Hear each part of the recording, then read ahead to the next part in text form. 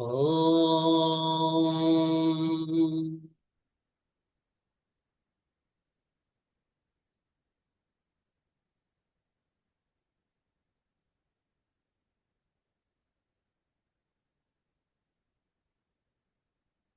ఓం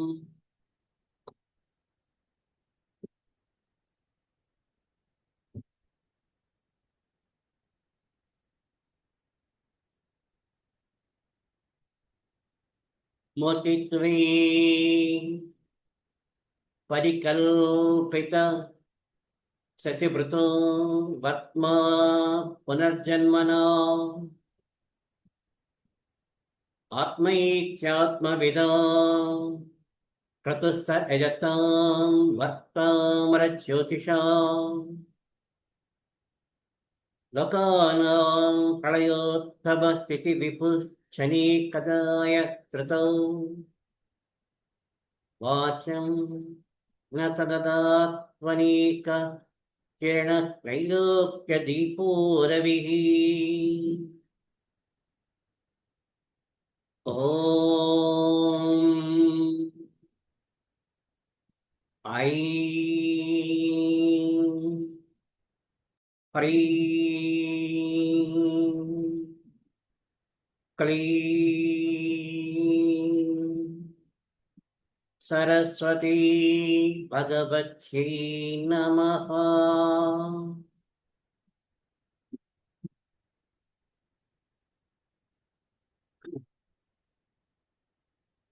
మనము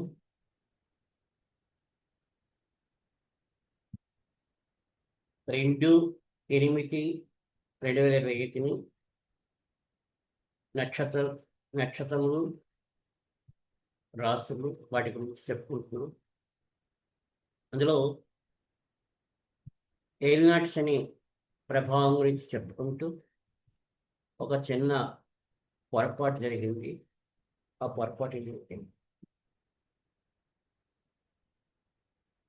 ఈ వ్యక్తి యొక్క చంద్రుడు ఏ రాశిలో ఉన్నాడో ఆ రాశిలోకి ఆ రాశి, దాని ముందున్న రాశి, దాని తర్వాత రాశికి ఏలినాటి శని ప్రభావం ఉంటుంది. అంటే 7.5 సంవత్సరాలు. అంటే శనేశ్వరుడు ఒక్కొక్క రాశిలో 2.5 సంవత్సరాల పాటు గమనం ఉంటుంది. కాబట్టి అంటే ఉదాహరణకి మేషరాశిలో చంద్రుడు కానీ వాడికి ఉండేట్లయితే, ఎవరికైనా సరే, అంటే అశ్విని నక్షత్రంలో కానీ ఉండేట్లయితే,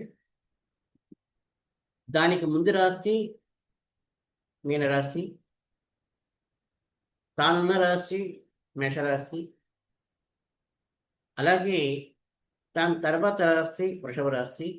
ఈ 3 రాశుల్లోని శనేశ్వరుడు యొక్క సంచారం జరుగుతున్నప్పుడు ఏలినాటి శని యొక్క ప్రభావము ఆ వ్యక్తి యొక్క పూర్వకర్మ యొక్క క్షాళన జరగడానికి అని చెప్పి ఒకానొక క్రతువు ఏర్పడుతుంది. అట్లాంటిది ఆ సమయంలోని మనం చేసుకోవాల్సింది ఏంటంటే, తిలదానము, తైలాభిషేకము అని అందరూ చేస్తూ ఉంటారు. అది ఒకందుకు మంచిదే, కానీ ప్రతినిత్యము ఏ వ్యక్తి యొక్క ఏలినాటి శని ప్రభావం ప్రారంభమైందో ఆ వ్యక్తి రోజు ఆహారంలోని నువ్వుల తాలూకా పదార్థం కానీ, నువ్వుల నూనె కానీ వాడవలసి ఉంటుంది. అలాగే నువ్వులతో తయారు చేసిన పదార్థాలు అంటే చిమ్నీ కానీ, నువ్వుల పొడి కానీ, అలాగే ఈ శ్రీకాకుళం, విజయనగరం, విశాఖపట్నం జిల్లాలో ఎక్కువగా దొరికే చేగొడిల రూపంలో కానీ నువ్వులతో చేగొడిలు చేస్తారు. అట్లాగే అప్పడాలు కూడా చేస్తారు. అవి కానీ వాడుతూ ఉండాలి. అది వారంతో సంబంధం లేదు. ఇంకొక విషయం ఏంటంటే ఉ- బయటకు వెళ్ళేటప్పుడు మాడ మీద ఒక చిన్న చుక్క నువ్వుల నూనె పెట్టుకుంటూ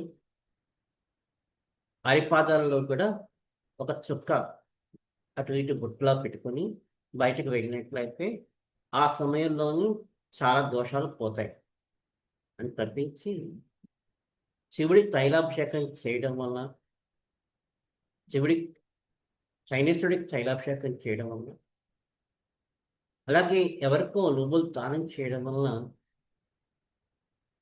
దానికన్నా ఎక్కువ మనము శైనేశ్వరుడి తాలూకా ప్రభావం ఆశీస్సులు సంపాదించుకోగలుగుతాం. అట్లాగే చాలామందికి ఏలినాటి శని ప్రభావం అంటే చాలామందికి భయంగా ఉంటుంది. కానీ ఆ శనీశ్వరుడు చేసే మంచి పని మటుకు ఇంకే గ్రహం చేయలేదు, చేయలేదు, చేయలేదు. ఒక ఉదాహరణ ఏంటంటే ఇంద్రజిత్తు జన్మించినప్పుడు, అంటే రావణాసుడి తాలూకా కొడుకు జన్మించినప్పుడు ఏ గ్రహాలు ఎక్కడెక్కడ ఉంటే ఇంద్రజిత్తు తాలూకా ఆయుర్దాయం పోకుండా ఉంటుందో అని చెప్పి అన్ని గ్రహాలని శాసించి ఆయా స్థానంలోని కూర్చోబెడతాడు.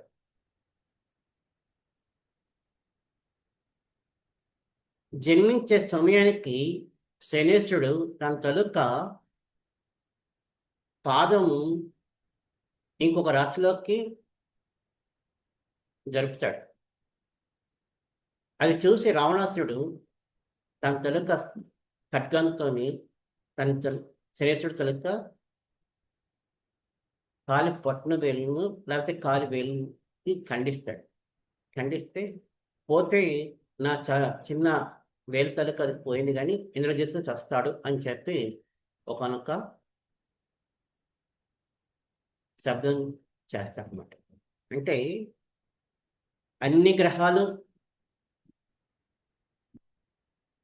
సహాయ సహకారాలు చేస్తాయి కానీ శనీశ్వరుడు చేసినంత సహాయ సహకారాలు ఇంకెవరు చేయరు. మనందరికీ చర్మము అని ఏదైతే శరీరం అంతా కప్పబడి లోపల ఉన్న అన్ని జీవకణాలన్నింటినీ రక్షిస్తూ ఉంటూ ఆ చర్మమే శనేశ్వరుడు. అందుకే డయాబెటిక్ పేషెంట్కి చర్మం ఒకవేళ కానీ ఎక్కడైనా పడిపోతే చెక్కుకుపోతే వాళ్ళకి యాంటీబయాటిక్స్ ఇచ్చి గబగబా వాటిని ఆ కణాలని తిరిగి పునరుజ్జీవనం చేసుకొని చర్మం కట్టేటట్లుగా చేసుకుంటుంటారు. అంటే శనేశ్వరుడు తాలూకా ప్రభావం వలన అక్కడ ఆ డయాబెటిక్ పేషెంట్లకి తగ్గదు. అందులోంచి దాని తాలూకా ప్రభావం ఉంటుంది. అట్లాగే ఒక వ్యక్తిని ఉన్నత శిఖరాల్లో కూర్చోబెట్టాలంటే శనేశ్వరుడు శనేశ్వరుడు తాలూకా ప్రభావం ఉండాలి. అంటే 10వ ఇంట్లో కానీ శనేశ్వరుడు కానీ ఉండేట్లయితే ఆ వ్యక్తి చాలా ఉన్నతమైన స్థితిలోకి వెళ్తాడు. అది కూడా తులారాశిలో కానీ ఉండేట్లయితే తులారాశిలో శనేశ్వరుడికి వచ్చారు అక్కడ కూడా ఉండేట్లయితే మొత్తము ఈ కార్మిక లోకము అంటే భారతదేశం తల కార్మిక లోకానికి నాయకుడు అవుతాడు. అంటే ఒక మినిస్టర్ గారు ఆ పోస్ట్లో కూడా ఉండే అవకాశం ఉంటాయి. ఇంకా మనము ఈ నక్షత్రాలని న్యాస విద్య అని చెప్పి మనకి ఉంది. అంటే మన శరీరంలో ఎక్కడెక్కడ ఏ నక్షత్రాలు ఉన్నాయి వాటిని మనము ఏ విధంగా ధ్యానం చేసుకోవాలి అనేది భాగవతంలోని ఇచ్చారు. దాన్ని శిశుమార చక్రం అంటారు. శిశుమారం అంటే ఒక తాబేలు. ఆ తాబేలు ఆకారంలోని మొత్తం అంతా మన శరీరం తలక విన్యాసం అంతా ఉంటుంది. భాగవతంలోని పంచమ స్కంధంలోని 96 పద్యం, 97, 98 పద్యముల తలక వివరణతోని మాస్టర్ ఈకే గారు మనకి ఇచ్చారు. పేజీ నెంబర్లు 138, 133, 134. అది నేను చదువుతున్నాను. ఆ విధంగా మనం ప్రతినిత్యము అంగన్యాసం చేసుకోవాలంటే మనందరికీ బాగుంటుంది. శిశుమారం అనగా తాబేలు. ఒక గుండ్రని తాబేలు ఆకాశంలో ఉన్న మన వైపునకు తలకిదులుగా దిగుచున్నట్లుగా ఈ మొత్తము తారకల ఆకారం మనకు భూమిపై నుండి చూడగా కనిపించింది. కనుక దాని తోక అన్నిటికంటే ఎత్తుగా పైభాగం ఉంటుంది. ఆ తోక చివర చుక్కవలే ధ్రువుడు పైన ఉన్నాడు. అంటే ఈ తాబేలుని మనం ఊహించుకుంటే ఆ తాబేలు తలక మెడ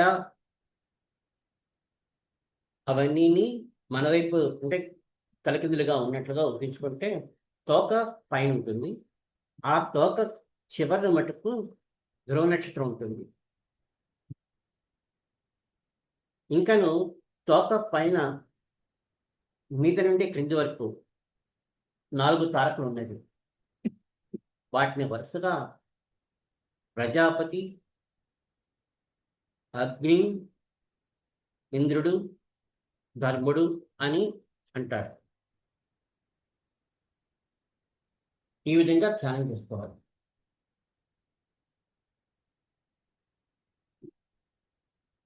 తోక ఆ తాబేలు టిప్పుతో కలిసిన సాగున ఆ తాబేలుకి అటు ఇటు దాత విధాత అని తారలు ఉంటాయి.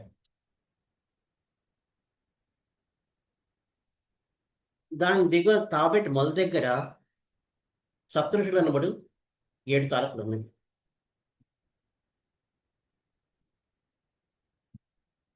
ఆ తర్వాత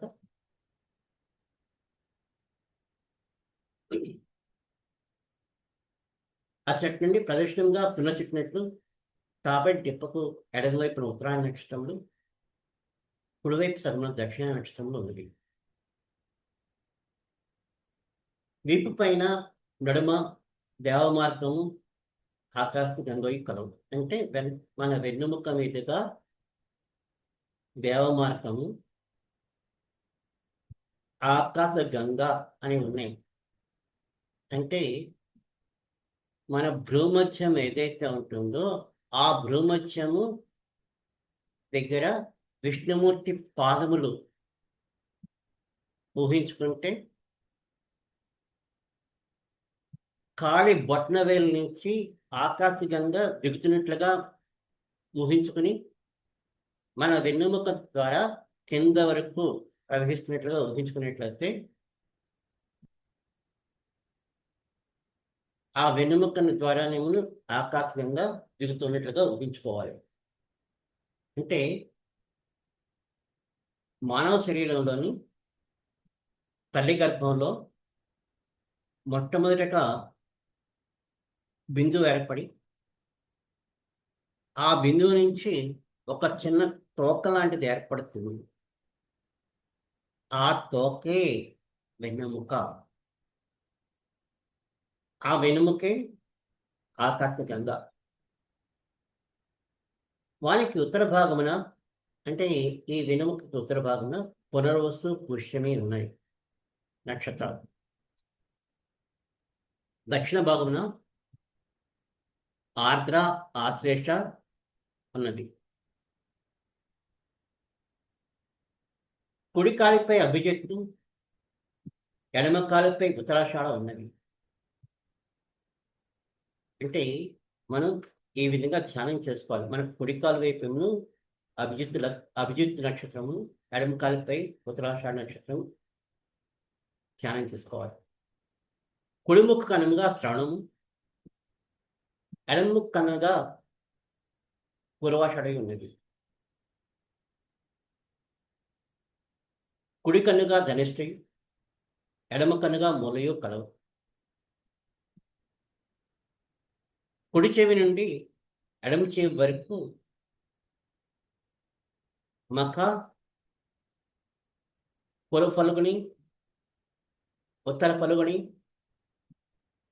హస్త, చిత్త, స్వాతి, విశాఖ, అనురాధ నక్షత్రాలు ఉన్నాయి. అంటే కుడి చెవి నుంచి ఎడమ చెవి వరకు మనము చూపించుకునేట్లయితే ఈ విధంగా ధ్యానం చేసుకోవాలి. ఎడమ పలసమున ఈ విధముగా దక్షిణ నక్షత్రం ఉన్నది. కుడి పార్శ్వమున కృత్తిక, రోహిణి, మృగశిర నక్షత్రాలు ఉన్నాయి. ఎడమ ఊపినందు శతభిషము, కుడి ఊపినందు జ్యేష్ఠి ఉన్నది.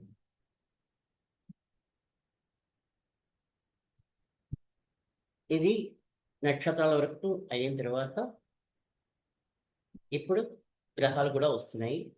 ఈ గ్రహాలతో పాటు ఒక ఋషి కూడా వస్తాడు.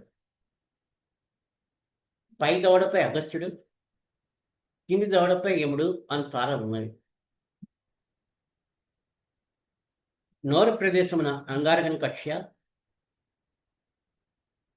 మర్మాయ ప్రదేశమున శనీశ్వరుడు, పురుషాంగ ప్రదేశమున బృహస్పతి కక్ష ఉన్నాడు. వక్షసనందు సూర్యుడు ఉన్నాడు. నాభిమితిగా శుక్రుడు కక్ష ఉన్నది. మనస్సుండి ప్రదేశము శిరస్సు నడుమ చంద్రుని కక్ష ఉన్నది. తనముని యందు అశ్విని దేవతలు ఉన్నారు. ప్రాణాపానములందు బుద్ధుడున్నాడు. కంఠ ప్రదేశమున రాహువును, అన్ని అవయవముల చుట్టూ బొచ్చు చక్రమున కేతు కక్ష ఉన్నది. మన శరీరం మీద రోమాలుగా తారకుడున్నది. ఇది సర్వదేవతామయమైన పుడరీకాషన్ దివ్య విగ్రహము. ఇది స్థిరమై చెలింపనట్టు రూపమని తెలుసుకున్నాం. ఇది ఎప్పుడు మటుకు స్థిరంగా ఉంటుంది. ఈ శివసుమారం అనేది ఎప్పుడు స్మరించుకుంటుంటారు. ఇట్లా దివ్య రూపంలో ప్రతిదినము సంధ్యాకాలమున మహాభక్తితో ధ్యానం చేయవలను. నియమబద్ధమైన జీవితం గడుపుచు సత్యదర్శనంపై అభిలాష కలిగి మానవత్వం నిలబడి ఈ స్తోత్రము చెప్పించుకున్నవారు. ఇది జ్యోతిష రూపంలో వెలుగంటి శివసుమారమూర్తి యొక్క స్తోత్రం. దీన్ని పఠించి ఆకాశమందిర శివసుమార విగ్రహం నమస్కారం పలుకోవాలి. అట్టి సాధకులకు సర్వకార్యములు సిద్ధించును, సర్వ సంపదలు చేకూర్చును, మోక్షం కూడా కలిగించును. ఇది రుజువు చేసుకోవాలంటే మనందరికీ ఒక నానుడు ఉంది. అర్ధాష్టమ శని, ఏలినాటి శని, అలాగే రాహుకేతుల యోగమని, ఇట్లా రకరకాలైన మనందరికీ కొన్ని సాంప్రదాయాలు మన జీవితంలోని చుట్టూ ఉన్న ప్రపంచంలోని వాళ్ళు మనకి చెప్తూ ఉంటారు. అట్లాగే ఈ యూట్యూబ్లోనూ రకరకాలైన పంచాంగకర్తలు అట్లాగే పురోహితులు, పండితులు, వారి గురువులు చెప్పినట్లుగా మనందరికీ కొన్ని కొన్ని విషయాలు మనకు చెప్తూ ఉంటారు. ఆ సమయంలోనే ఆ పూజలు చేయమని, ఆ దేవతల్ని ప్రసన్నం చేసుకోవడానికి అని చెప్పి యజ్ఞాలు, యాగాలు, అలాగే దేవాలయం దర్శనం, ప్రదర్శనలు అన్నీ మనకి తెలియజేస్తుంటారు.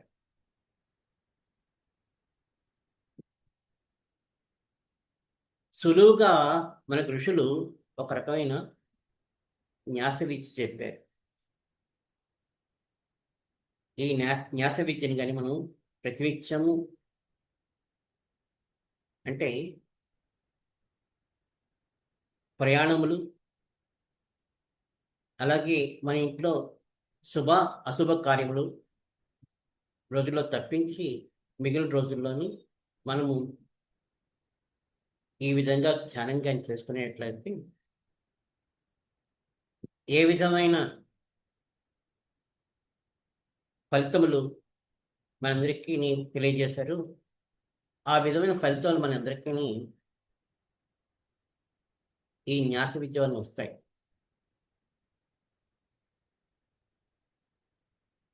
అంటే గ్రహాలు మొట్టమొదటి చెప్పాను, మరలా చెప్తున్నాను, మళ్ళీ గుర్తు చేస్తున్నాను.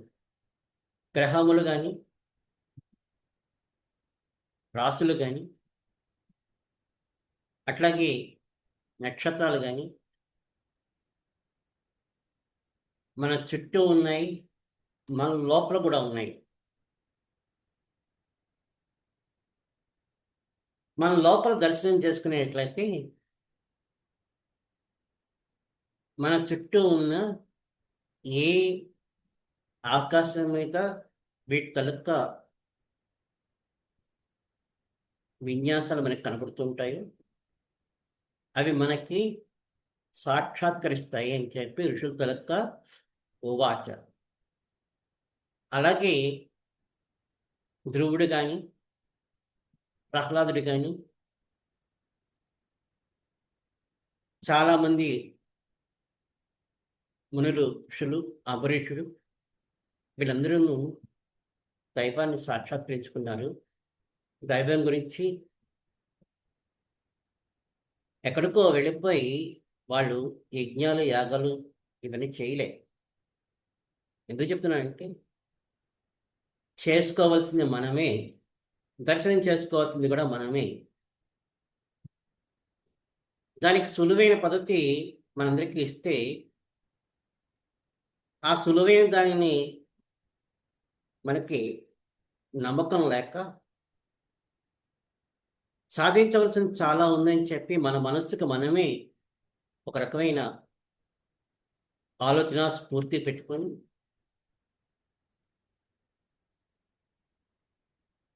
తిరుగుతూ ఉంటాము. దైవ దర్శనం చేసుకోవడం మంచిదే, కానీ ఏ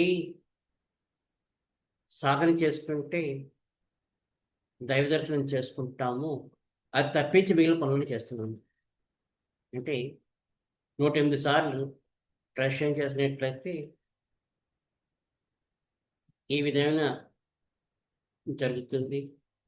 అట్లాగే 108 సార్లు విష్ణు సహస్రనామం చేసుకుంటాను, లలితా సహస్రనామం చేసుకుంటేను జరుగుతుంది అని చెప్పి ఒక రకమైన ప్రమాణిక గ్రంథాల్లోనూ ఇస్తూ ఉంటారు. వాటికన్నా ఈ అంగన్యాసము, కరన్యాసము ఏదైతే మనం ఋషులు సాంప్రదాయబద్ధంగా ఇచ్చారో, అలాగే సంధ్యావందనంలో కూడా మనకి ఇచ్చారు. ఇంతకుముందు తెలియజేసుకున్నాం. 6 దిక్కులకి నమస్కారం కానీ చేసుకునేట్లయితే షణ్ముఖుడు మనకి అనుక్షణం రక్షిస్తాడని చెప్పి కూడా మనం తెలియజేస్తున్నాం. అట్లాగే రాసుల గురించి మొట్టమొదటి క్లాస్లో చెప్పుకున్నాం. మేషము, వృషభము, మిథునము, కర్కాటకము, సింహము, కన్య, తుల, వృశ్చికము, ధనస్సు, మకరము, కుంభము, మీనము. ఇవి మన శరీరంలో ఎక్కడెక్కడ ఉన్నాయో చూసుకో, మనకి తెలుసు. వాటిని ప్రతినిత్యము మన చేతితో స్పర్శ చేసుకుంటూ వెళ్ళినట్లయితే ఆయా భాగాల్లోని అక్కడ నిక్షిప్తమై ఉన్న దేవతలందరూ మేల్కాంచుతారు.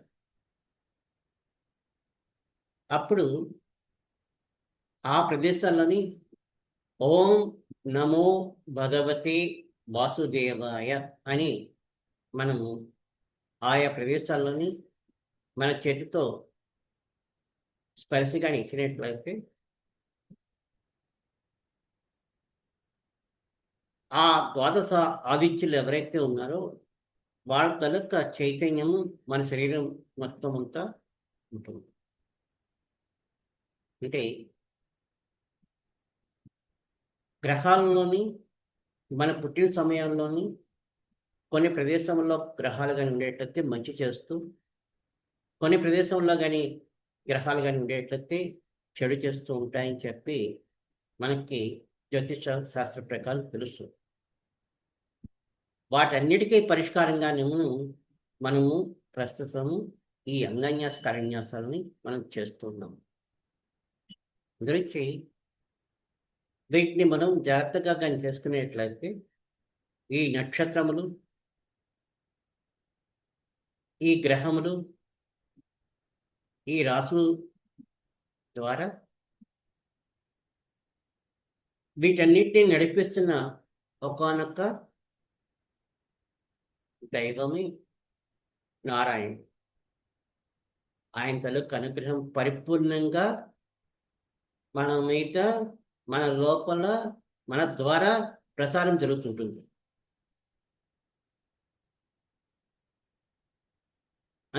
ఈ ప్రసారం జరగడానికి చెప్పి ఇచ్చిన విశుద్ధులకు ఇదనమాట. ఇప్పుడు మనందరికీ నక్షత్రం తలక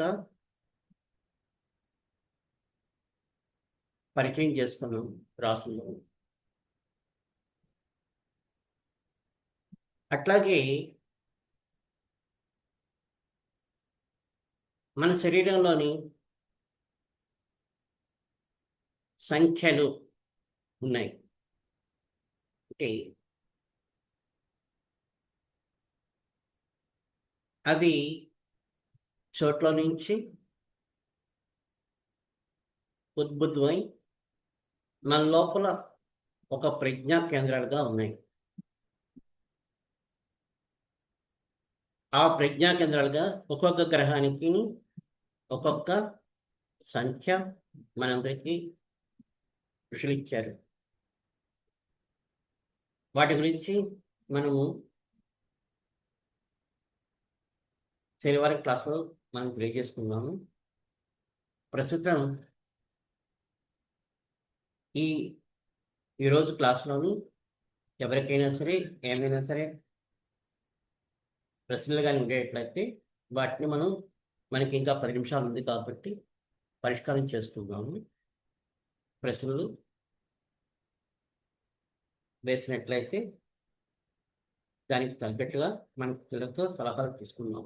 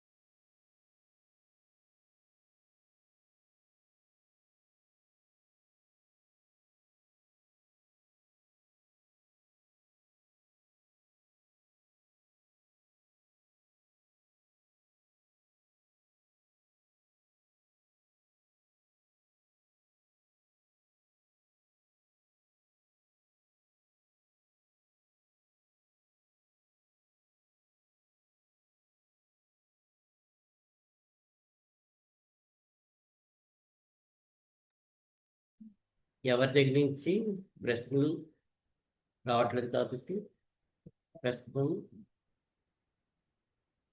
ఒక్కొక్క గ్రహానికి ఏ గ్రహాలకి ఏ ఏ సంఖ్యలో తెలియజేస్తాను.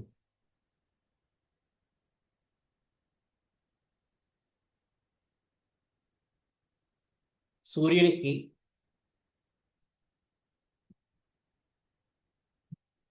1, చంద్రుడికి 2, గురుడికి 3, వరుణగ్రహానికి 4, బుధగ్రహానికి 5, శుక్రగ్రహానికి 6, ఇంద్రగ్రహానికి 7, శనేశ్వరుడికి 8, కుజగ్రహానికి 9 అని చెప్పి ఋషులు దర్శనం చేసి ఇచ్చిన ఇది. అంటే మాకు ఏ సంఖ్య మాకు బాగుంటుంది అని చెప్పి అడుగుతారు. అంటే కార్లు కొనుక్కునేటప్పుడు కానీ, అట్లాగే కొన్ని కొన్ని సమయాల్లోని పరీక్ష వెళ్ళేటప్పుడు హాల్ టికెట్ నెంబరు ఏదొస్తే బాగుంటుందో, అట్లాగే రైల్లో ప్రయాణం చేసేటప్పుడు కొన్ని కొన్ని నెంబర్లు మనకి ఇస్తుంటారు. అవి మనకి అనుకూలమా ప్రతికూలమా అని చెప్పి తెలియజేస్తుంది. అంటే మన రాశిచక్రంలోని ఏ గ్రహం తాలూకా బలీయంగా ఉంటుందో, ఆ బలీయంగా ఉన్న గ్రహం తాలూకా సంఖ్య మనకి కానీ ఆ సమయంలో కానీ వచ్చినట్లయితే ఆ సమయంలోనూ ఆ ప్రయాణం కానీ, లేకపోతే ఆ పరీక్ష కానీ, ఆ వాహనం కానీ ఆ నెంబర్ తాలూకా ప్రభావం మన మీద ఉండి మనం రక్షిస్తూ ఉంటుంది. ప్రతికూలమైనట్లయితే కొన్ని కొన్ని సమయాల్లోనూ మనకి ఇబ్బంది ఉంటుంది. అయితే ఇందాక చెప్పినట్లుగా మన మనస్సు ఆ దాని మీద పెట్టకుండా భగవంతుని మీద కానీ దాన్ని మనము కానీ తిప్పినట్లయితే వాటి తాలూకా ప్రభావం కూడా మన మీద అతి తక్కువ ప్రభావంతో మనం బయటపడుతున్నాం. అంటే ఒకప్పుడు చంద్రుడు కానీ మనకి గ్రహంలో చాలా రాశిచక్రంలో కానీ బాగుండేట్లయితే 2 అనేదాన్ని మనం వస్తే బాగుంటుంది. గురుడి తాలూకా ప్రభావం కానీ రాశిచక్రం కానీ బాగుండేట్లయితే 3 బాగుంటుంది. చాలామంది 8వ నెంబరు తీసుకోవడానికి ఇష్టపడరు. కానీ 8వ నంబర్ కానీ ఆ వ్యక్తి కానీ శనేశ్వరుడు కానీ బాగుండేట్లయితే 8వ నెంబరు చాలా చాలా వాళ్ళ జీవితంలోనూ ప్రభావితం చేసి అన్ని విషయాల నుంచి విజయం వాళ్ళు సాధించుకుంటారు. 9వ నెంబరు చాలా మందికి ఇష్టపడతారు. అది కుజగ్రహం కనుక అది. అట్లాగే అది అమ్మవారి కనుక సంఖ్య. అంటే అమ్మవారి సంఖ్య ఎలాగంటే ఇది కొంచెం శాస్త్రీయంగా చెప్పుకోవాల్సి వస్తుంది, చెప్తున్నాను.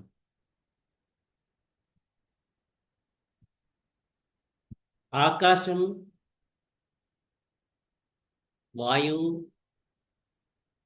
అగ్ని, జలము, భూమి 5, మనస్సు 6, బుద్ధి 7, అహంకారం ఉంటే ఇండివిజువల్ కాన్షియస్‌నెస్ ఉంటుంది.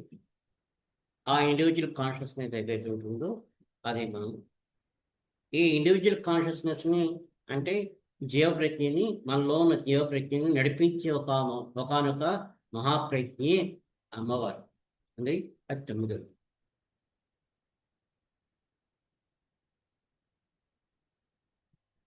అంటే